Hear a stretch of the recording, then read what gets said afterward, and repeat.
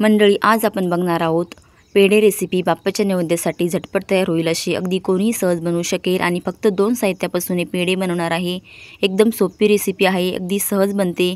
चला रेसिपीला सुरुवात करूया। कशी बनवायची आहे ते। त्यासाठी एक पॅन घेतलेला आहे, गरम करायला ठेवलेला आहे।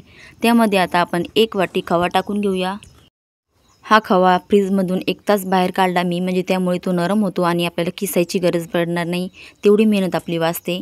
त्यामुळे बघू शकता तुम्ही मस्त असा नरम झालेला आहे। 1 तास आधी ठेवायचा बाहेर काढून।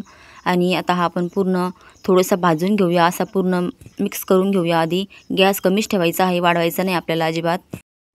लो फ्लेमवर आपण हा वितळून घेऊया, गॅस अजिबात वाढवू नका, नाहीतर हा खवा बुडायला लागेल आणि जळकट असा वास येईल आपल्या रेसिपीला। आणि असा हलवत राहायचा आहे सतत, म्हणजे अजिबात नाही लागत बुडाला आणि सर्व बाजूने सारखा जातो भाजल्या। आणि आता हा मेल्ट होत आलेला आहे, तुम्ही पाहू शकता। गुठळीसुद्धा ठेवायची नाही यामध्ये एकसुद्धा, छान असा मेल्ट होत आलेला आहे। आणि आता यामध्ये त्याच वाटीने अर्धी वाटी मी साखर घेतलेली आहे। तुमच्या आवडीनुसार तुम्ही साखरेचं कमी जास्त प्रमाण करू शकता। आणि मिक्स करून घ्यायची आहे। मी पिठी साखर नाही वापरली, अख्खीच साखर वापरलेली आहे। आणि छान अशी मिक्स करायची, यामध्ये पूर्णपणे साखर विरघळू द्यायची आहे आपल्याला। लो फ्लेमवरच ही सर्व प्रोसेस करायची आहे। एकदम टेस्टी असे हे पेढे तयार होतात मंडळी, तुम्ही एकदा ट्राय करून बघा, खूप छान लागतात। अगदी विकतसारखे पेढ्यासारखेच पेढे बनतात। आणि असं हलवायचं आहे, म्हणजे गुठळी बनत नाही। आणि साखरेचं पूर्ण पाणी झालेलं आहे आणि घट्ट होईपर्यंत आपल्याला हे असं हलवायचं आहे। आणि गॅस कमी ठेवायचा, म्हणजे खूप छान असे आपले ही पेढे तयार होतात मंडळी।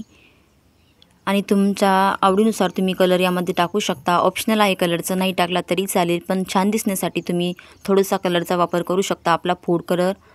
आणि पाहू शकता तुम्ही किती छान असं आपलं हे मिश्रण होत आलेलं आहे। अजून थोडं घट्ट होऊ द्यायचं आहे आपल्याला। कोणतेही शुभ कार्य असो किंवा सण उत्सव असो, आपल्याला पहिल्यांदा आठवण येते ती पेढ्याची।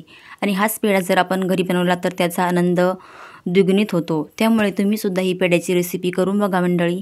आता यामध्ये मी थोडंसं केशरी कलर टाकलेला आहे, तुमच्या आवडीनुसार तुम्ही कलर घेऊ शकता। आणि पूर्णपणे यामध्ये मिक्स करायचा आहे आपल्याला हा कलर।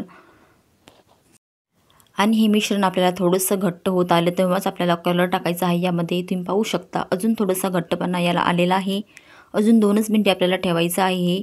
आणि लगेच आपण आता खाली घेणार आहोत, तुम्ही पाहू शकता। बुडाला सुद्धा लागत आलेला आहे, असं हलवायचं आहे सतत, म्हणजे बुडाला अजिबात लागत नाही।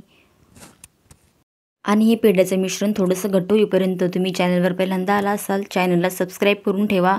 आणि त्या शेजारचं बेल आयकन दाबून ऑलवर क्लिक करा, म्हणजे मी जेव्हा व्हिडिओ टाकेल तेव्हा तुमच्यापर्यंत रेसिपीचे अपडेट येत जाईल।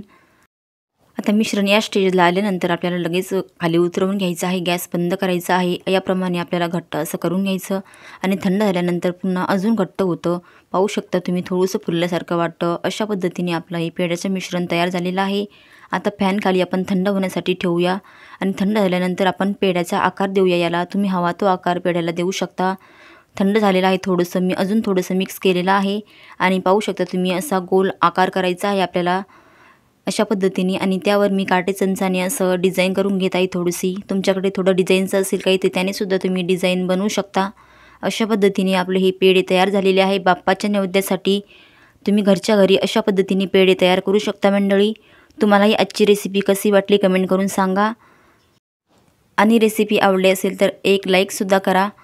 भेटूया अशाच मस्त छान स्वीट रेसिपीमध्ये, तोपर्यंत बाय बाय मंडळी।